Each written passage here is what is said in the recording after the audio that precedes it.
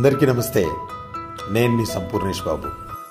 అందరికీ మే డే కార్మిక దినోత్సవ శుభాకాంక్షలు.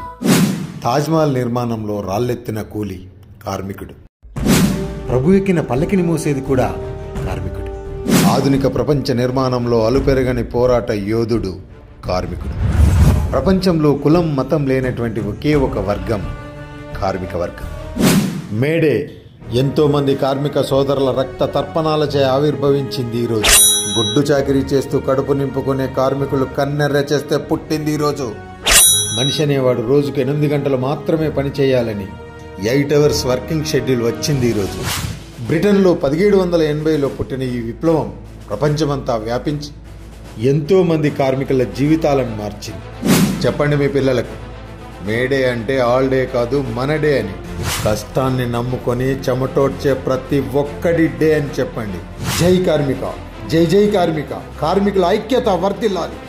జై హింద్.